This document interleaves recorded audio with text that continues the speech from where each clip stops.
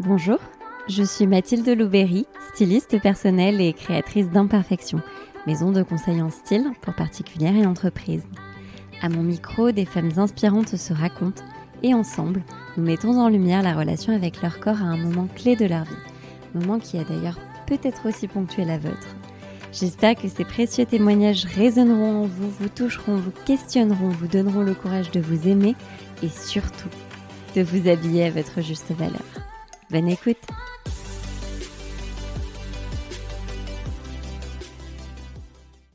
Sportive de l'extrême, membre de l'équipe de France d'athlétisme spécialiste d'ultrafond, auteure et entrepreneur, j'ai aujourd'hui l'immense honneur d'accueillir Stéphanie Jiquel sur le podcast Imperfection. À 38 ans, elle a entre autres parcouru 2045 km à travers l'Antarctique en 74 jours, un marathon autour du pôle Nord par moins 30 degrés ou encore 7 marathons en 7 jours consécutifs à travers le monde. Alors comment ces performances sportives vertigineuses ont-elles modifié sa relation à son corps ? C'est le sujet sur lequel Stéphanie s'est confiée à mon micro. Et si elle souligne l'importance du duo corps-esprit, du lâcher-prise et des rencontres, son témoignage est avant tout une ode aux vêtements qui l'ont enveloppée pendant ses expéditions. Alors pour ce 19e épisode, attendez-vous à découvrir une femme passionnante. Pour ma part, il s'agit d'un échange dont je me souviendrai longtemps et que je conseille vivement aux sportives et aux entrepreneurs. Bonjour Stéphanie, je suis ravie de t'accueillir sur le podcast Imperfection. Bonjour, merci pour ton invitation. Est-ce que tu peux te présenter aux auditeurs et aux auditrices, nous dire quel âge tu as, ce que tu fais dans la vie, où tu habites ? Je suis sportive de l'extrême, j'ai 38 ans. Je réalise des expéditions principalement dans les régions polaires, Arctique et Antarctique, des expéditions sportives engagées. J'ai notamment parcouru plus de 2000 km à travers l'Antarctique via le pôle sud géographique en 74 jours. Waouh. J'ai aussi couru un marathon au pôle Nord. Et puis je suis aussi sportive de haut niveau, membre de l'équipe de France d'athlétisme, spécialiste en course d'ultrafond. J'ai par exemple couru 7 marathons en 7 jours consécutifs en Antarctique et autour du monde. C'est une très belle compétition dont je garde effectivement de très très bons souvenirs. Aussi parce que le plateau était très relevé, des athlètes élites venant du monde entier. C'était vraiment une très belle expérience à vivre durant 7 jours autour du monde avec eux. Et c'était vraiment quelque chose que je garde en tête.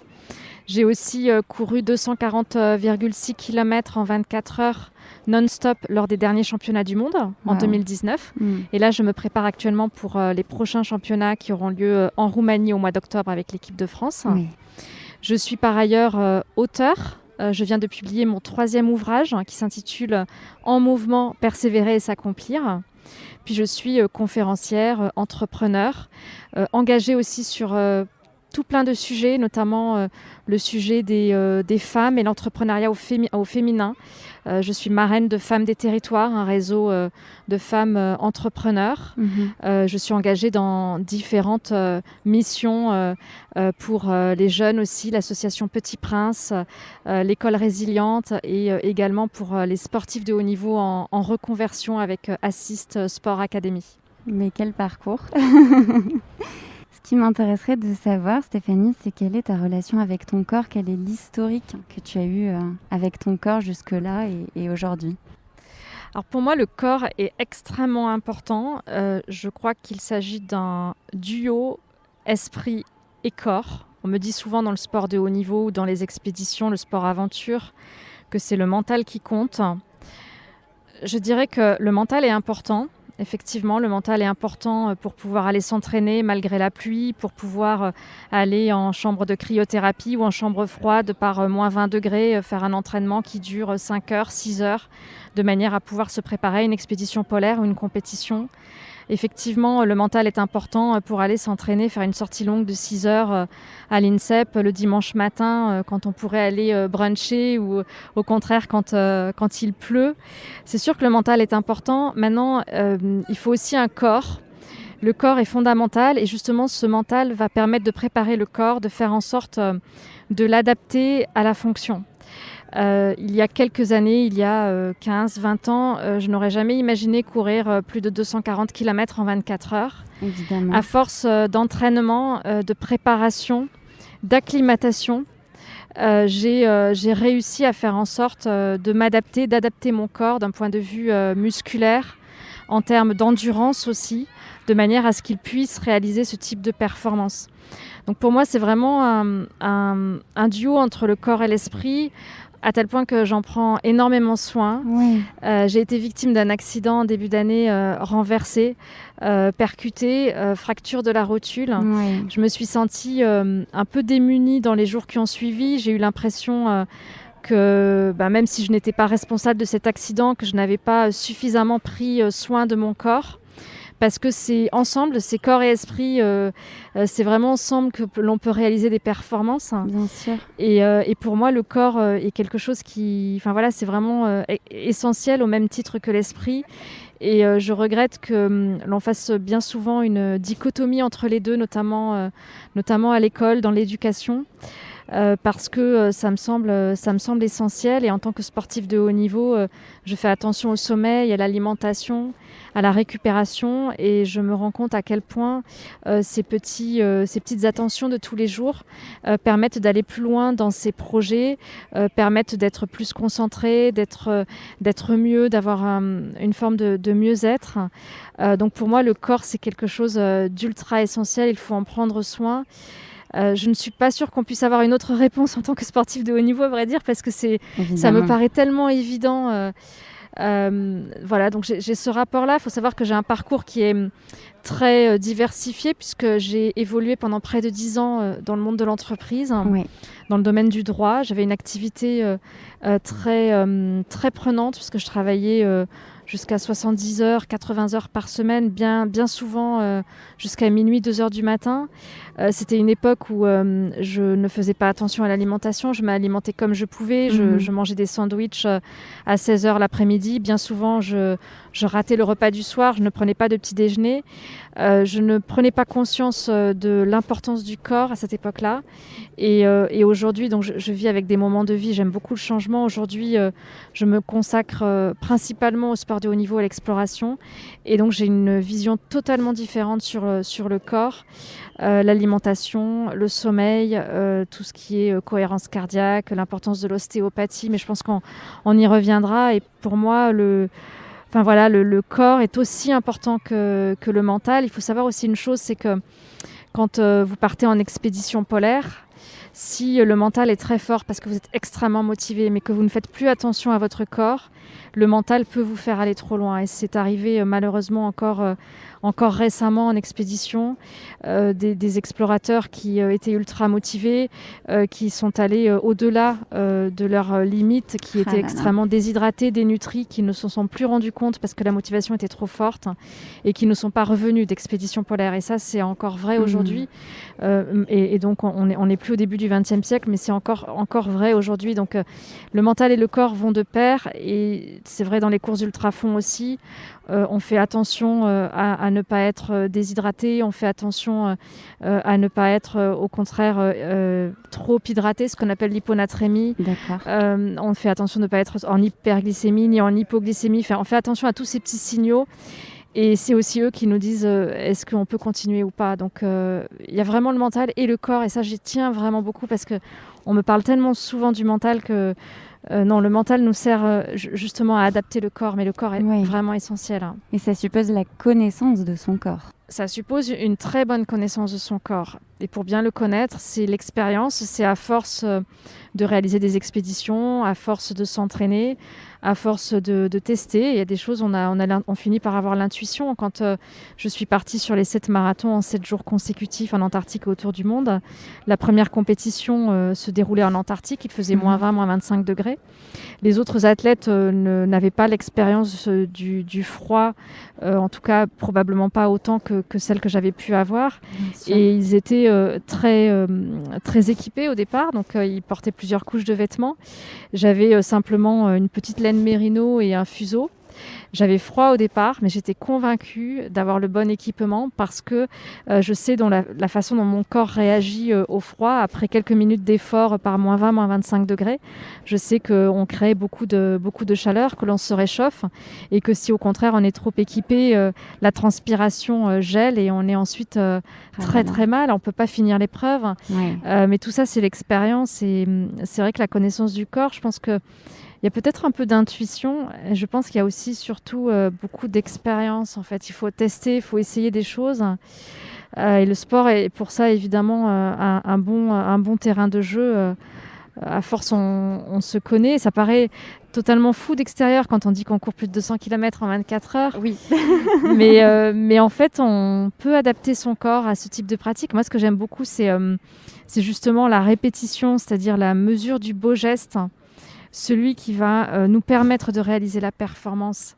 Il y a une forme de puissance dans ça, c'est qu'à force de répéter, alors quand j'étais plus jeune, je ne percevais pas à quel point il y avait une technique dans la course à pied, puisque j'ai évolué dans un univers très loin du sport de haut niveau.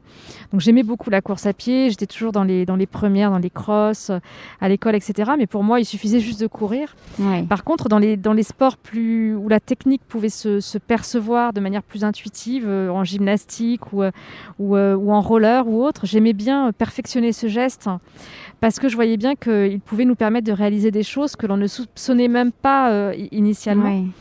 Et aujourd'hui, c'est ce que je fais avec la course à pied, avec l'ultrafond, c'est perfectionner ce geste, avoir la foulée la plus rasante, la plus économe possible, une foulée plutôt en fréquence plus qu'en amplitude, de manière à limiter les impacts au sol, plutôt un travail du segment bas. Et à force de répéter, à force de faire un exercice de gamme, de travail de gamme, on finit par adapter son corps. C'est vraiment une question d'adaptation.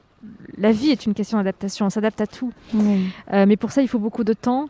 Et à force de faire, on parvient à réaliser des performances qui pouvaient nous paraître totalement hors normes au moment où on a eu l'idée. Et c'est ça que je trouve extraordinaire. Donc le corps peut aller très très loin. Et ça, c'est bien de l'expérimenter, je trouve. Ouais, quel exemple. Et alors du coup, Stéphanie, je vais te questionner maintenant sur le moment clé de ta vie de femme qui a transformé justement ta relation à ton corps et par extension à tes vêtements. Quel est-il ? Alors, plus qu'une date en particulier, je pense que c'est quelque chose qui s'est fait de manière très progressive. J'ai réalisé une très longue expédition il y a 6 ans. J'ai parcouru 2045 km à travers l'Antarctique en 74 jours. Les températures ont été très, très négatives. J'ai connu du moins 50 degrés pendant une dizaine de jours. Wow. Un effort considérable, 70 heures d'effort par semaine pendant près de 3 mois. Je tractais un traîneau plus lourd que mon poids de corps. Je devais parfois surmonter des vagues de glace, contourner des vagues de glace, donc produire un effort vraiment considérable avec très peu de nourriture parce que quand on part en expédition polaire sans voile de traction, donc on progresse à la seule force des bras et des jambes, on manque en général de nourriture sur ce type de projet parce qu'on lutte aussi contre le froid. On a un effort important à faire, 70 heures d'effort par semaine, c'est beaucoup plus que ce que je fais aujourd'hui pour préparer des compétitions dans le sport de haut niveau. Et à la fin de cette expédition, après avoir été au bout de moi-même, je pesais 39 kilos. Oh là là. J'ai été carencée en oligo-éléments, j'ai été carencée en sels minéraux, en zinc, en sélénium, en vitamine B9, B12, en toutes sortes de micronutriments. J'ai pris donc toutes ces mesures avec mon micronutritionniste qui me suit depuis près de 10 ans aujourd'hui. Et on s'est rendu compte que toutes ces carences ont eu un impact sur ma concentration à la suite de cette expédition. J'ai eu des fluctuations d'humeur, j'ai eu des troubles de la concentration, j'ai eu aussi des moments un peu de bad à la suite de ce projet. Et en fait, c'était absolument pas lié au fait que l'expédition était terminée, au fait que j'étais arrivée au bout d'un projet que j'avais mis 4 ans à monter, au bout vraiment d'une expédition vertigineuse durant laquelle on est isolé, donc vraiment loin de l'agitation du monde, etc. Oui, donc ça aurait pu effectivement préparer pendant longtemps aussi. Voilà, que j'ai préparé aussi très longtemps. Et en fait, ces troubles de la concentration étaient vraiment liés aux carences en micronutriments. Et donc, on a pu le résorber en quelques semaines. Et là, j'ai pris conscience, à la suite de ce projet, mais aussi suite à d'autres projets, mais celui-là en particulier, s'il faut donner une date, je pense que celui-là était beaucoup plus marquant. Ouais. J'ai pris conscience de l'importance du corps pour le bien-être, pour l'esprit. Et aujourd'hui, c'est quelque chose que j'ai à cœur de partager dans les écoles, auprès des plus jeunes, mais aussi dans les entreprises. Parce que ce que je vis dans le sport de haut niveau, c'est que mon corps est mis à rude épreuve au quotidien. Parce que pour pouvoir préparer des courses d'ultrafond, on s'entraîne en règle générale sur 200-220 km de course à pied par semaine. Oh là là. Parfois plus lors des stages de préparation terminale. On fait aussi beaucoup de musculation, de renforcement, beaucoup de gainage. Donc on passe pas mal d'heures à pratiquer, à faire de l'exercice physique. Et un sportif de haut niveau, un explorateur, est toujours à la limite de la cassure. On met vraiment notre corps à rude épreuve, notre organisme à rude épreuve. Oui. Et malgré cela, ce que j'ai constaté par rapport à une époque où je vivais dans le monde de l'entreprise et durant laquelle j'étais beaucoup moins attentive à mon corps, on a pu mesurer avec mon nutritionniste que finalement mon corps fonctionnait mieux aujourd'hui. Donc beaucoup moins de décompensation, beaucoup moins de stress oxydatif, beaucoup moins de carences, un corps qui revient à la normale après une période de récupération. Et donc on a pris conscience finalement que on peut mener son corps, à rude épreuve, parfois à la limite de la cassure, et malgré tout être en très bonne santé. Donc, ça veut dire qu'à fortiori, dans une vie quotidienne durant laquelle on pousse moins loin les curseurs, la nutrition, le sommeil, les moments de récupération devraient avoir un impact positif sur le bien-être et sur la façon d'aborder la vie. Oui. Mais c'est vrai que parfois, j'ai rencontré pas mal de personnes lors de mes conférences qui me disaient avoir parfois des troubles d'humeur, des moments de dépression, de burn-out, de bore-out. Et parfois, on a l'impression que c'est lié à la charge de travail, que c'est lié à l'environnement extérieur, ou bien à la personnalité de l'intéressé, alors que parfois, ça peut n'être lié qu'au corps, finalement. C'est-à-dire à la façon dont on prend soin de son corps, ou pas, justement. Et ça, en tant que sportif de haut niveau, je trouve que c'est très intéressant. D'une part parce que on met son corps à rude épreuve et on se rend compte qu'on a quand même un corps qui fonctionne, qui arrive à suivre. Donc c'est bien que la façon d'en prendre soin a un impact sur le bien-être. Mais aussi parce que du fait de l'activité, quand on est sportif, le fait de prendre soin de son corps est totalement logique, et c'est ce que l'on nous demande parce qu'on doit être performant pour les compétitions. Donc, on nous demande de prendre soin de notre corps. On nous dit, quand on est malade ou quand on est blessé, de nous arrêter. Quand on vit dans un autre environnement, un environnement plutôt sédentaire, un environnement de bureau, on n'a pas cette conscience du corps, parce que même quand on est malade, on continue de travailler. Et cette urgence aussi. Cette urgence, voilà. Et donc, finalement, le fait d'être sportive me permet de prendre conscience, beaucoup plus peut-être que si j'avais évolué dans un autre environnement, de cette importance du corps pour le bien-être au quotidien. Donc, je crois que ce sont ces deux aspects-là qui sont intéressants. Alors, je te parle de cette expédition à travers l'Antarctique parce que là, évidemment, c'était très marquant. J'ai eu beaucoup de carences, je pesais 39 kilos. Mais au quotidien, je le réalise vraiment dans toutes mes activités et aujourd'hui aussi dans le sport de haut niveau, même si je ne pèse pas 39 kilos à la fin des compétitions. Oui. Ça m'intéresse de savoir, Stéphanie, parce que tu disais que tu avais travaillé en entreprise pendant 10 ans avant de faire cette première expédition. Tu nous as dit que tu étais sportive initialement, mais du coup, qu'est-ce qui s'est passé ? Comment tu es arrivée du coup à te lancer dans cette expédition ? Quel a été le shift de ton côté ? Alors c'est assez fluide. Quand j'étais jeune, je ne voyageais pas. J'aimais beaucoup le sport, j'aimais beaucoup l'activité physique, j'aimais être à l'extérieur. Je m'amusais beaucoup avec les garçons, j'étais toujours en train de courir, je pratiquais mais sans m'en rendre compte. Oui.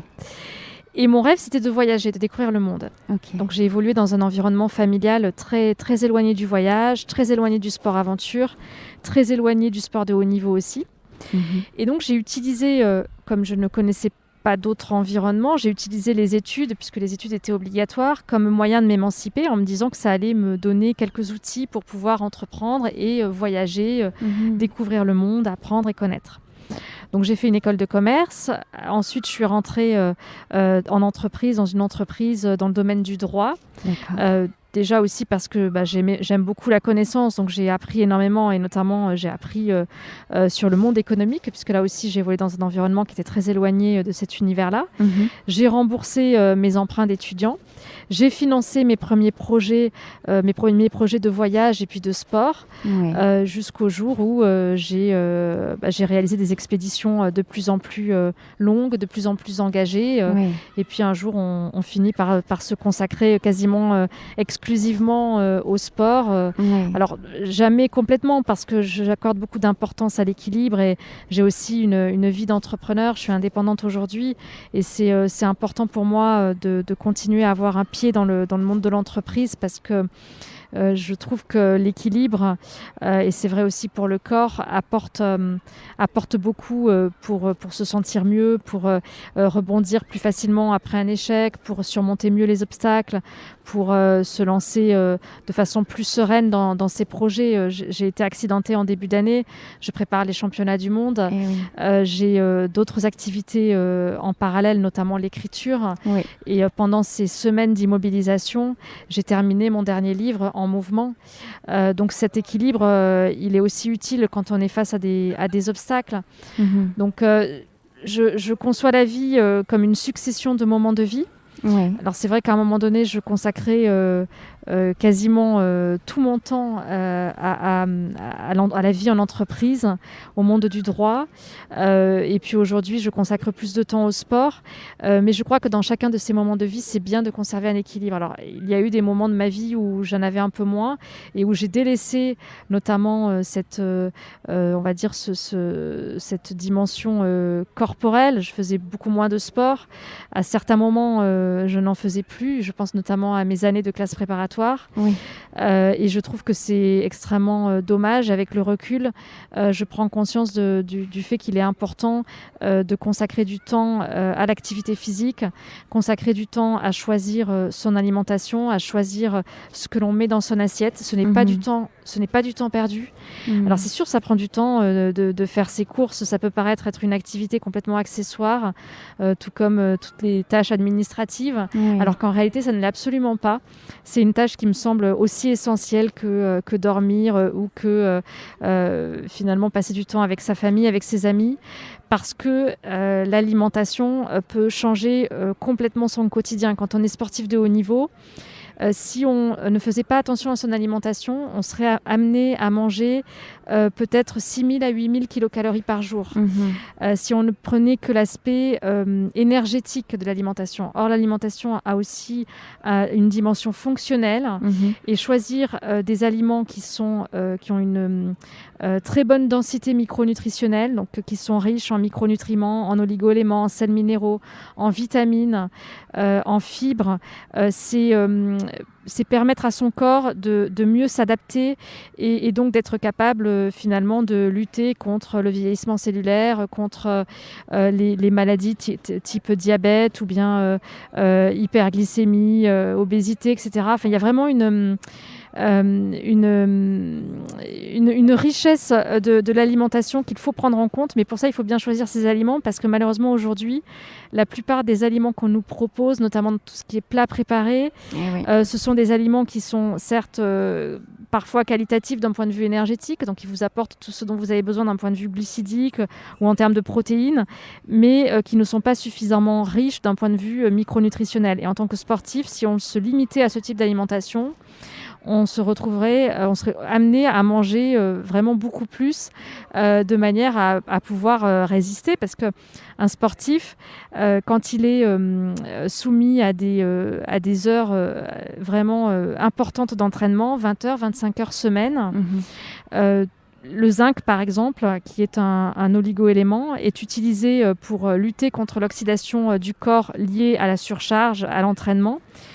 Mais si vous utilisez tout le zinc disponible dans votre corps pour lutter contre l'oxydation liée à l'effort, vous n'êtes plus du tout prémuni contre les risques d'infection. Et donc, vous êtes beaucoup plus sujet aux infections, aux maladies. Donc, un sportif qui ne fait pas attention à son alimentation est beaucoup plus sujet aussi aux blessures, aux tendinites. Donc, après, c'est une succession de blessures qui empêchent de partir en compétition, une succession de maladies, de virus. Donc, c'est pourquoi c'est quand même important, je pense, d'y faire attention. Et donc, mon parcours m'a amené à m'intéresser à ces questions-là, aussi parce que j'ai formé un duo avec mon nutritionniste qui m'a aussi sensibilisée à toutes ces questions. Ce serait ton conseil pour des femmes qui souhaiteraient s'y intéresser de consulter un nutritionniste?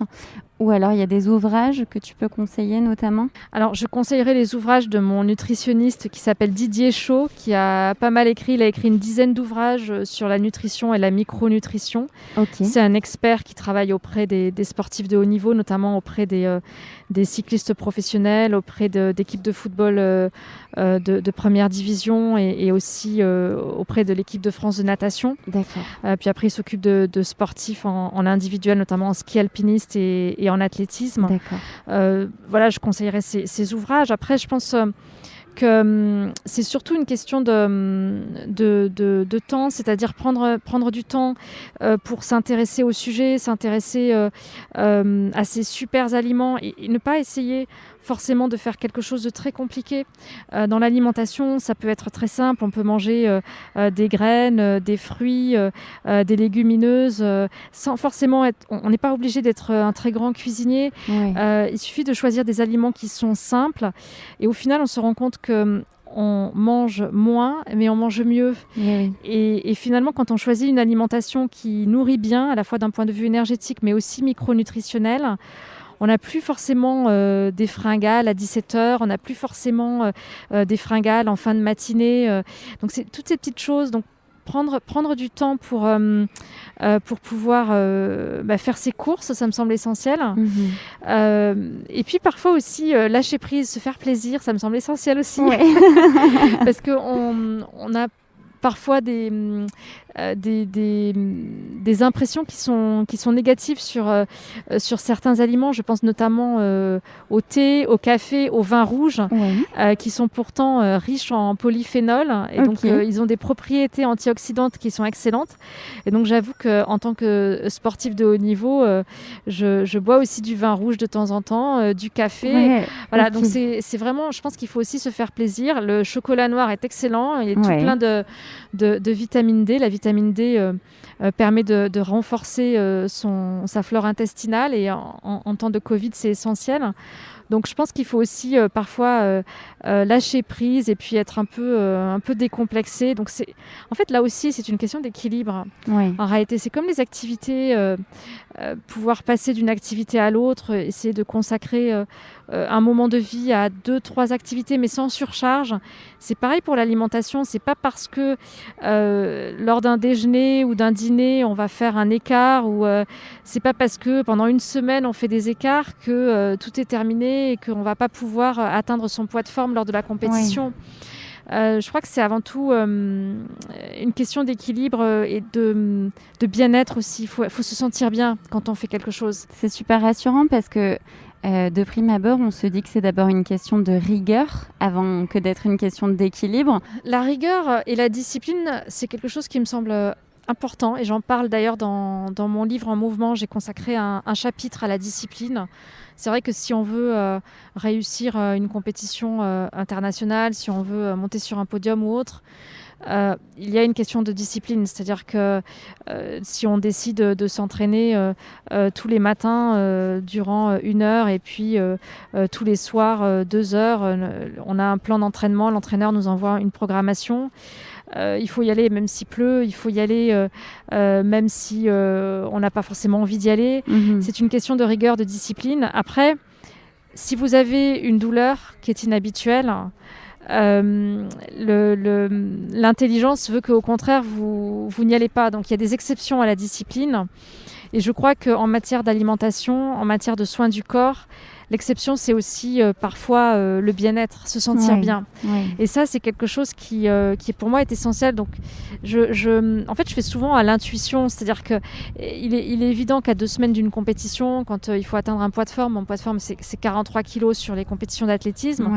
Quand il faut atteindre un poids de forme, je vais faire attention, éviter tout ce qui va être acide gras saturé, je vais éviter le sucre raffiné, je vais éviter de manger des viennoiseries, c'est une évidence. Mais une fois la compétition passée, je vais manger ce qui me fait plaisir, parce que je sais que de toute façon la prochaine compétition, elle sera peut-être 3 ou 4 mois après ou 6 mois après, et que j'aurai tout le temps de retrouver mon poids de forme. Donc je pense que c'est vraiment une question d'équilibre. Alors que si on a une discipline, une rigueur toute l'année, sans aucun plaisir à aucun moment, en fait, je ne vois pas comment on peut tenir sur la durée. Il y a vraiment une question de temps long aussi.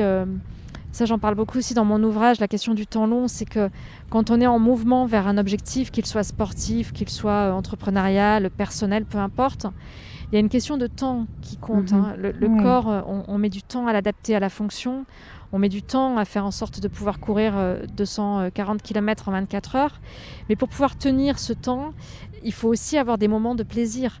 Quand je suis sur une expédition, il y a des moments de plaisir quand je me dis que tous les repas du midi, je pourrais manger du chocolat, ou bien quand je me laisse telle ou telle alimentation qui me font plus plaisir, je les garde pour certains moments de l'expédition quand je sais que ça va être compliqué. Je me garde ces moments de plaisir quand je suis sur une course de 24 heures. Je sais qu'à certains ravitaillements, je vais avoir une alimentation plaisir, et c'est quelque chose que j'attends, et du coup, ça me donne aussi du courage, ça me donne de la motivation. Donc la rigueur, la discipline, c'est quelque chose évidemment qui te permet d'aller plus loin, mais toujours, il faut le tempérer avec des moments de bien-être, de lâcher prise. Par contre, si vous êtes toujours dans le lâcher prise toute l'année, tout le temps du plaisir, et que vous n'avez plus du tout la notion d'effort, en fait, finalement, ces moments de plaisir, vous ne les savourez même plus, parce qu'ils sont toujours là. Et oui, donc ça devient la normalité. Voilà, c'est pour ça que c'est vraiment une question d'équilibre. On savoure son verre de vin rouge quand il y en a 2 par semaine. S'il y en a lors de tous les repas, on le savoure beaucoup moins. Oui, bien sûr. Voilà. Okay. Ça m'intéresse de savoir, Stéphanie, parce que tu disais que tu avais travaillé en entreprise pendant 10 ans avant cette première expédition. Quand est-ce que tu as switché du coup ? Alors ça s'est passé il y a 6-7 ans. Ça ne s'est pas passé du jour au lendemain, puisque quand j'évoluais dans le monde de l'entreprise, je montais aussi des projets. Il me fallait beaucoup plus de temps pour les monter, parce que j'avais beaucoup moins de temps, voire parfois pas de temps du tout, puisque je me retrouvais à travailler régulièrement jusqu'à minuit, 2h du matin. J'annulais des week-ends à la dernière minute. Parfois, les vacances étaient supprimées aussi en dernière minute. Donc, c'était assez compliqué, mais je prenais du temps pour monter des expéditions sur plusieurs années. Et puis, à un moment donné, donc il y a 6-7 ans, je me suis consacrée plus particulièrement à ça. Alors, ce sont les circonstances qui ont fait que j'ai été amenée à finalement à aller vers ce chemin de vie. Et puis, les rencontres, les opportunités aussi. On a commencé à me proposer pas mal de partenariats avec des entreprises pour partir sur des projets. J'ai intégré ensuite l'équipe de France. Enfin, tout ça s'est fait de manière... je dis de manière assez fluide, parce que c'est quand on est à l'écoute des opportunités, à l'écoute, quand on est dans la rencontre aussi, c'est-à-dire quand on rencontre beaucoup de personnes, que l'on va chercher cette rencontre, que l'on saisit ces opportunités, finalement on peut se retrouver ensuite à emprunter un autre chemin de vie qu'on n'aurait pas forcément imaginé 10 ou 15 ans auparavant. C'est pour ça que j'aime beaucoup ces rencontres, et c'est ce que je conseille notamment aux femmes entrepreneurs. Je suis marraine d'un réseau qui s'appelle Femmes des Territoires, un réseau qui regroupe des femmes porteuses de projets, entrepreneurs. Et ce réseau a pour objectif de leur permettre de se rencontrer, de leur permettre de partager l'information, leurs bonnes pratiques, leur expérience, notamment d'un point de vue business, comment monter une entreprise, comment créer un business plan, comment lever des fonds, comment obtenir un prêt bancaire garanti ou autre. Et en fait, ce que j'aime aussi leur dire, c'est dans leur parcours de ne pas hésiter à aller à la rencontre des autres, parce que bien souvent, les femmes restent seules, restent isolées dans leurs projets, pensant que le plus important, c'est de travailler 15 heures par jour devant l'ordinateur pour essayer de faire avancer un projet. La rencontre, elle est extrêmement intéressante, extrêmement enrichissante. Et en fait, j'ai construit mon parcours avec des rencontres. J'ai rencontré beaucoup d'explorateurs, j'ai rencontré beaucoup de sportifs. Il y a une certaine époque, je partais le matin quand je n'avais pas de closing, d'opération de fusion-acquisition à closer dans mon cabinet. Je partais avec le premier train de 6h37 le samedi matin pour le Vercors pour aller m'entraîner. Et là-bas, je rencontrais des explorateurs, je rencontrais d'autres sportifs, des skieurs alpinistes. Et au fur et à mesure de ces rencontres, j'ai eu certaines idées. Au début, un projet au Groenland, puis un projet en Norvège, puis ensuite un projet en Antarctique. Tout ça s'est fait de manière finalement assez fluide, parce que c'est lié aux rencontres. Et puis à un moment donné, on a un projet de plus grande envergure. Ça a été le cas avec les 2045 km à travers l'Antarctique. Et là, pour le coup, on est extrêmement actif dans son projet, dans le sens où on met en place toutes les étapes qui vont nous permettre de partir. Donc c'est les levées de financement, c'est la préparation physique, donc la traction de pneus sur le sable, les entraînements en chambre froide. On s'entoure de chercheurs. Je travaille pas mal avec les chercheurs de l'INSEP, donc l'Institut national du sport, de l'expertise et de la performance. Je travaille avec des chercheurs de l'Institut de recherche biomédicale des armées. Donc on s'entoure d'un collectif, on travaille tout ce qui est logistique, etc. Donc on met en œuvre toutes les étapes pour monter son projet. Et donc on est très proactif. Voilà, c'est très millimétré et évidemment beaucoup de préparation. Là, on est vraiment dans le temps long dont je parlais tout à l'heure, avec le corps qui a une dimension extrêmement importante. Quand j'ai parcouru l'Antarctique, j'ai eu 3 accidents dans les 10 mois qui ont précédé le départ. 2 accidents en montagne et un accident domestique. Et là aussi, j'ai eu cette impression que je n'avais pas suffisamment fait attention à mon corps. Je lui parle beaucoup en fait à mon corps. En ce moment, je parle beaucoup à mon genou qui est en train de se remettre de cette fracture de la rotule, parce que c'est un duo, c'est l'esprit et le corps. Et quand je suis partie à travers l'Antarctique, j'ai eu ces 3 accidents.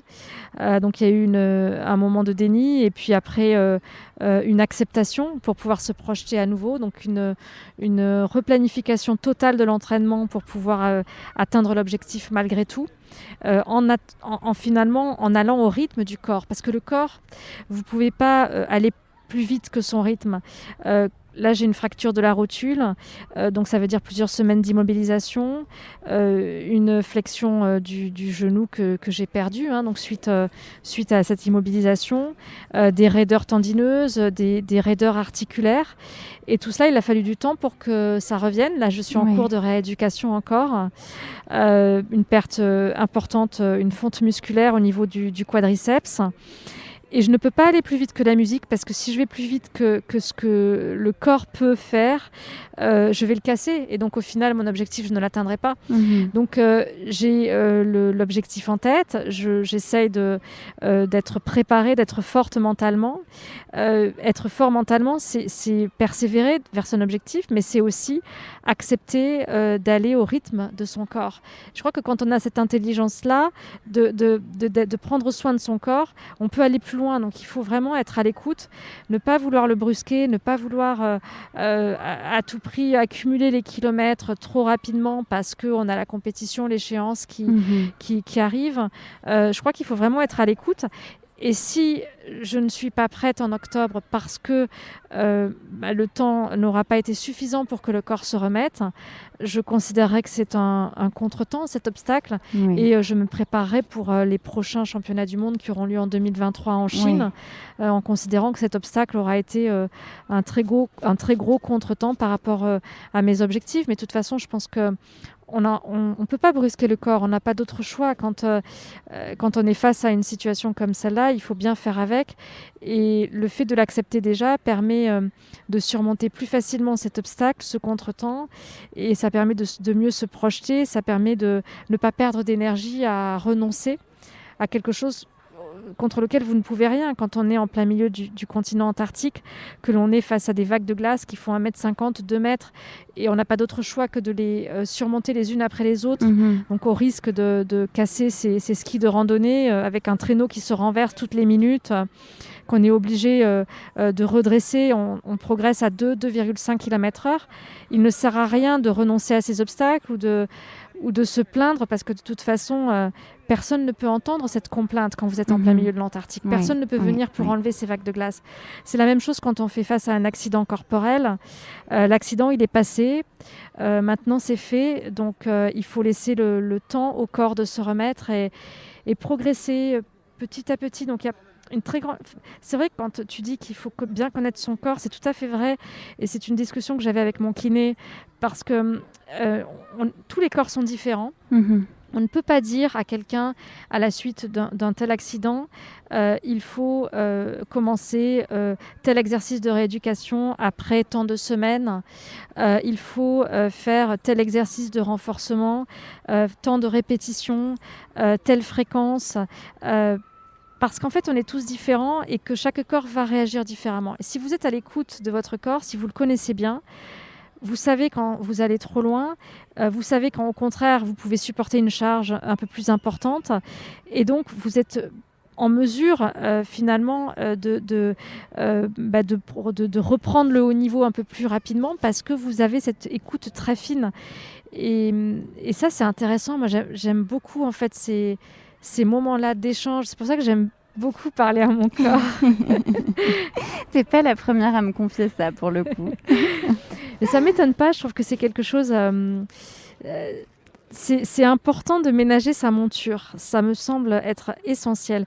Et dans l'univers, dans certains univers, l'univers plutôt de l'entreprise, du monde des affaires, un univers dans lequel on travaille beaucoup, finalement, on met son corps à rude épreuve. Parce que quand on est sédentaire, 10 heures, 15 heures par jour, quand on s'alimente que le temps du déjeuner et qu'on déjeune à des horaires plutôt tardifs, que on ne prend pas de petit déjeuner, le soir, on fait parfois des repas d'affaires qui sont très copieux.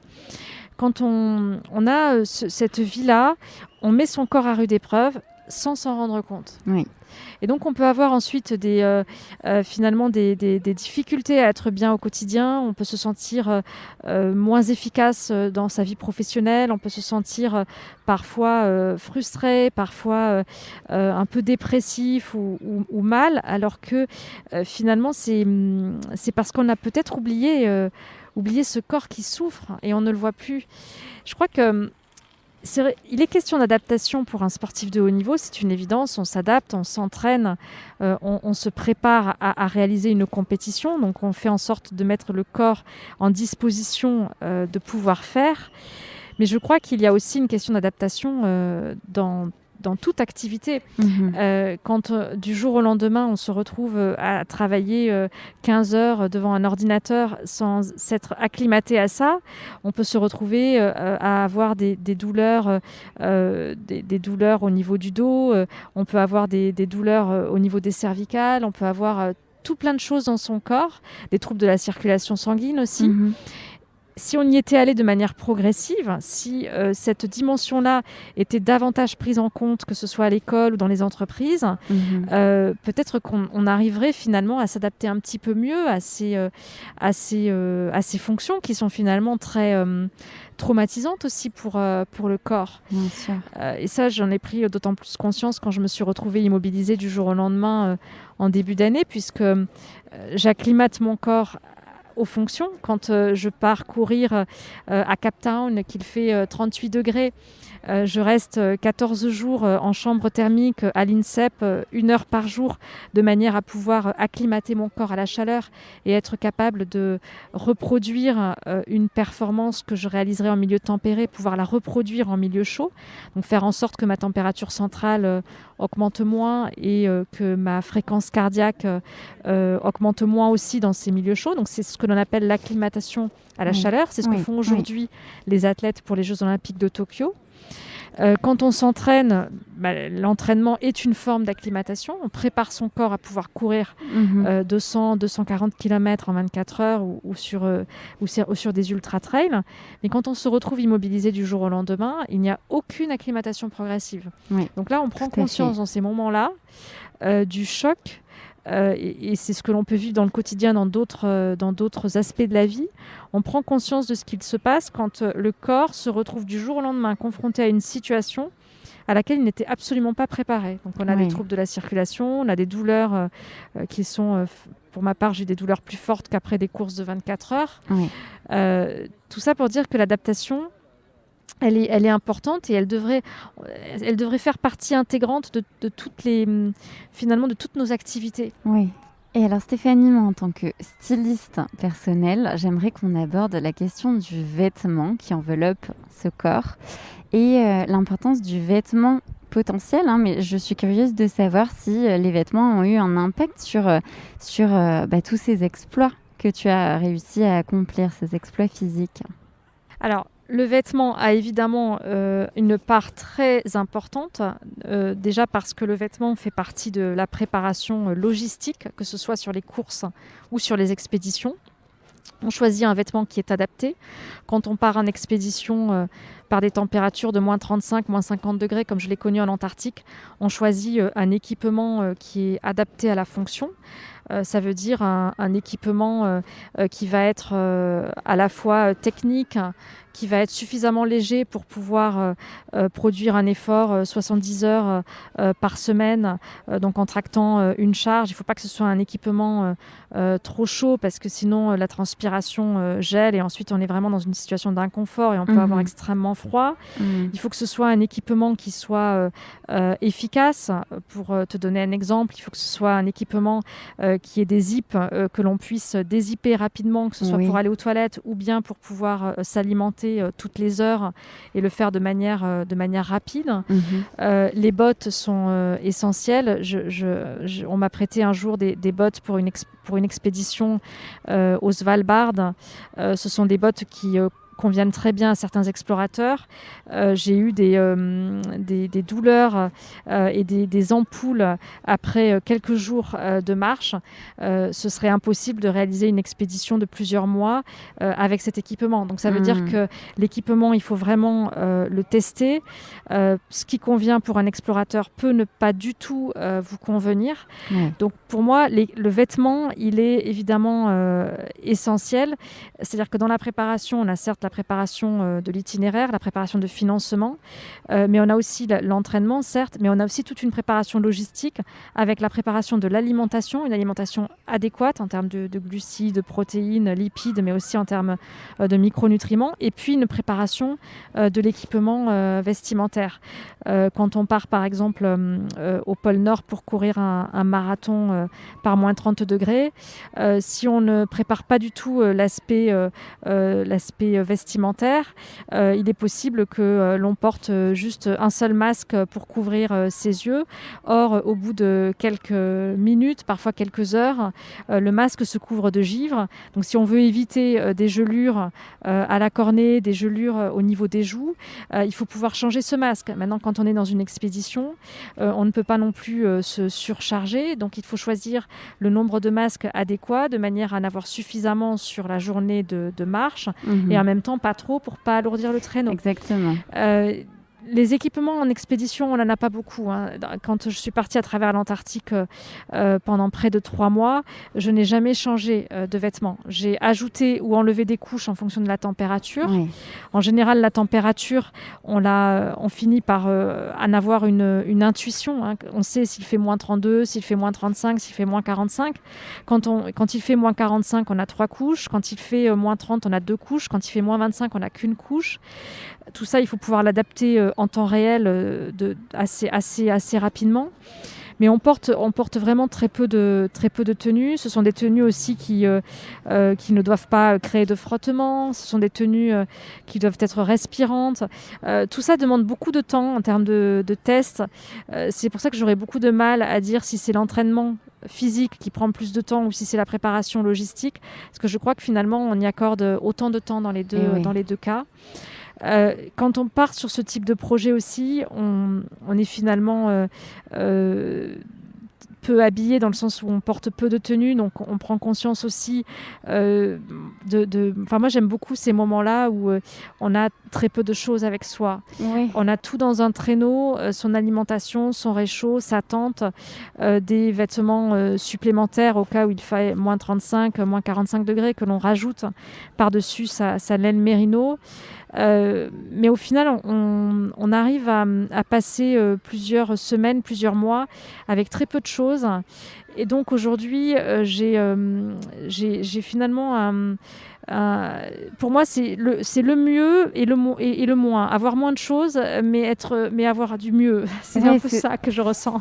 C'est ce sur quoi j'allais rebondir. En fait, ça force de retour en France à la composition d'une garde-robe minimaliste, finalement. Oui, totalement. D'une garde-robe minimaliste. Moi, j'adore le vêtement. Ce que j'adore, en fait, dans le vêtement, c'est le fait de finalement de porter le vêtement qui est adéquat en fonction de sa personnalité et en fonction du lieu où on se trouve. Oui. Et ça, c'est une question d'intuition. Ça peut prendre du temps. J'avoue que choisir le bon équipement, ça prend du temps quand on prépare une expédition polaire, ça prend du temps quand on prépare une compétition, ça prend du temps aussi dans la vie de tous les jours. Oui. On s'en rend pas forcément compte si on n'est pas intéressé par ce sujet, mais quand on s'y intéresse, on se rend compte que ça prend du temps. Choisir cet équipement dans lequel on sera beau, parce que à partir du moment où on choisit l'équipement qui est complètement en corrélation avec le lieu où l'on se trouve, ce que l'on va y faire et sa personnalité, on est beau. Ouais. Et on peut être habillé en tenue de sport, on peut être habillé en sportwear, on peut être habillé en tenue chic. Finalement, on peut être beau dans diverses tenues. Et c'est ce que j'aime beaucoup dans la mode. Pour moi, la mode est un art comme la décoration aussi. Je trouve qu'il y a énormément de similitudes entre les deux. Absolument. Dans le choix des matières, le choix des couleurs, le choix d'être finalement au bon moment, être dans la bonne place. Et dans ces moments-là, on n'a pas besoin de l'approbation des autres pour savoir si on a fait le bon choix. On le sait. En général. Absolument. et c'est ça que j'aime beaucoup dans le vêtement. Et c'est vrai que l'aspect minimaliste m'intéresse beaucoup parce que, à force d'aller dans ces régions qui sont désertiques, on dit souvent qu'elles sont monotones parce que on a l'impression qu'il n'y a rien. Quand on passe des semaines et des mois dans ces régions, on apprend à remarquer les détails. Les détails, ce sont ces vagues de glace qui sont des véritables sculptures, qui sont toutes différentes et qui sont vraiment similaires à des sculptures. On pourrait avoir l'impression qu'elles ont été créées par l'homme. Les lumières, les couleurs sont toujours différentes. C'est ce que j'allais te dire, les couleurs. Il paraît qu'il y a 50 nuances de blanc dans les pôles. Oui, c'est somptueux. 50 nuances de blanc, 50 nuances de bleu. C'est juste somptueux. Parfois du gris, parfois on est dans le brouillard blanc. On se sent complètement enfermé alors qu'on est dans un espace immense. On ne voit pas au-delà de ces spatules. C'est des univers qui sont vraiment, vraiment somptueux. Et quand on rentre, on remarque en fait le fait on en prend conscience d'autant plus qu'il y a vraiment beaucoup de détails autour de nous et que finalement on n'a plus le temps de les remarquer. Alors c'est d'autant plus vrai si en plus on est vraiment beaucoup dans la consommation, on a tous ces détails, toutes ces choses qui nous entourent. Alors d'un côté ça montre le génie de l'homme, tout ce qu'il a été capable de créer, et ça c'est extraordinaire. Il ne faut pas oublier qu'on a une forme de génie, mais on a aussi une très grande capacité d'adaptation. Et donc, parfois, je pense qu'on peut aussi préserver cette capacité d'adaptation plutôt que toujours essayer de vouloir adapter tout l'environnement tout autour pour notre confort. Donc, c'est une forme de mixte. Et donc, le vêtement peut finalement avoir un rôle là-dedans. Quand vous êtes en milieu d'expédition polaire, le vêtement est là pour vous protéger. Vous en avez besoin aussi du vêtement. Oui. Vous avez besoin de vos gants pour éviter les gelures. Oui. Vous avez besoin d'une certaine quantité d'épaisseur en fonction du froid. Vous avez besoin de votre capuche et de votre duvet qui vous protège le visage. Le vêtement est là aussi pour la survie dans ces régions-là. Bien sûr. Donc, c'est intéressant, je trouve. On relie un peu l'aspect artistique des choses et en même temps l'aspect indispensable, utile et cette nécessité pour vivre. J'aime beaucoup en fait ces deux choses. Oui, merci pour ce partage.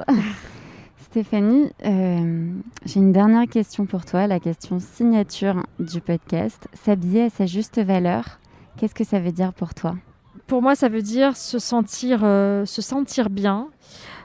Comme je l'ai indiqué tout à l'heure, sans avoir aucune approbation, sans avoir aucune approbation de l'autre, on sait que l'on est à sa juste place, que l'on est habillé comme on doit l'être. Je vais reprendre l'exemple de ce marathon en Antarctique. Tous les concurrents me regardaient au départ parce que j'étais habillée de manière très, très légère. J'avais juste un fuseau, une sorte de legging, et puis une laine mérino. Et j'étais convaincue d'avoir fait le bon choix. Oui. Et ça, quand on s'habille à sa juste valeur, c'est-à-dire quand on est complètement en phase avec soi-même, donc ça veut dire aussi qu'il faut accepter de sortir de la norme. Mais ça, c'est vrai dans tous les projets. Accepter finalement de ne pas se fier à ces injonctions, à ce qui est présenté comme étant ce qu'il faut être, ce qu'il faut faire. C'est vrai que dans tous mes projets, je crois que si j'ai atteint certains objectifs, c'est aussi parce que j'aime bien être loin de l'agitation du monde. Et c'est vrai aussi pour la façon de s'habiller. Je pense que il faut sentir les choses et finalement ne pas forcément suivre une mode, parce que il est quand même très peu. Je pense pas que parce qu'une mode, ça veut dire tout le monde pareil. Je ne pense pas que un seul vêtement convienne absolument toutes les individualités, toutes les singularités, tous les individus. C'est comme un projet de vie, c'est comme une activité. Il y a quand même peu de chances que tout le monde ait les mêmes goûts. On est entièrement d'accord. Donc il faut se connaître. Là encore, on revient sur cette connaissance de soi. Il faut chercher cette petite vibration au fond de soi, cette petite voix intérieure, ce que j'appelle la motivation sincère dans mon dernier livre, En mouvement. Et quand on l'écoute, on est plus à même à aller vers ce qui nous fait vibrer, vers ce pourquoi le corps est disposé à. On est attiré peut-être par la musique et donc on ira vers la musique si on a l'oreille. On est peut-être plus disposé à l'ultra-endurance et donc on ira vers le sport de haut niveau. C'est ce que j'ai pu faire. On a des capacités de management ou d'écriture. On ira vers l'écriture ou vers l'entreprise, peu importe. Quand on écoute cette petite voix intérieure, et c'est vrai aussi pour le vêtement, on est quand même plus à même finalement de faire le bon choix. Et quand on fait le bon choix, on est épanoui. Quand on choisit le bon vêtement, ça se voit, on est beau. C'est pas une question de mode, c'est une question d'être complètement en adéquation avec qui on est. C'est ça qui me semble important. Mais là encore, c'est vrai du vêtement et c'est vrai des activités, ça prend du temps. Absolument. Ça prend beaucoup de temps. Et ce temps-là, aujourd'hui, on l'a de moins en moins parce qu'il faut aller vite, toujours vite. Et c'est très contradictoire avec le fait que les choses prennent du temps et que s'interroger, se poser les bonnes questions, c'est quelque chose qui nécessite une forme de sérénité par rapport au temps qui passe. Merci Stéphanie, mais quel partage passionnant. Merci à toi. Merci de m'avoir fait l'honneur de te raconter à mon micro. Je mettrai dans les notes de l'épisode bien évidemment le lien pour commander ton livre et toutes les références qu'on a évoquées ensemble. Merci beaucoup. Merci à toi. Merci. Vous êtes toujours là. c'est que les mots de mon invité ont particulièrement résonné en vous et j'en suis ravie parce que le message que j'ai à cœur de vous faire passer en vous partageant ces fragments de vie, c'est qu'il est urgent de s'aimer mieux. D'ailleurs, afin d'aborder des sujets toujours plus personnels, je réfléchis à vous proposer ponctuellement des épisodes anonymes. Alors si vous aussi, vous souhaitez partager votre histoire aussi intime soit-elle, je vous propose de m'envoyer un mail et de me parler du fameux moment clé de votre vie de femme qui a bouleversé votre relation à votre corps et à vos vêtements. Ah, et une dernière chose, si vous avez aimé l'épisode, n'hésitez pas à me le dire en commentaire ou en laissant 5 étoiles.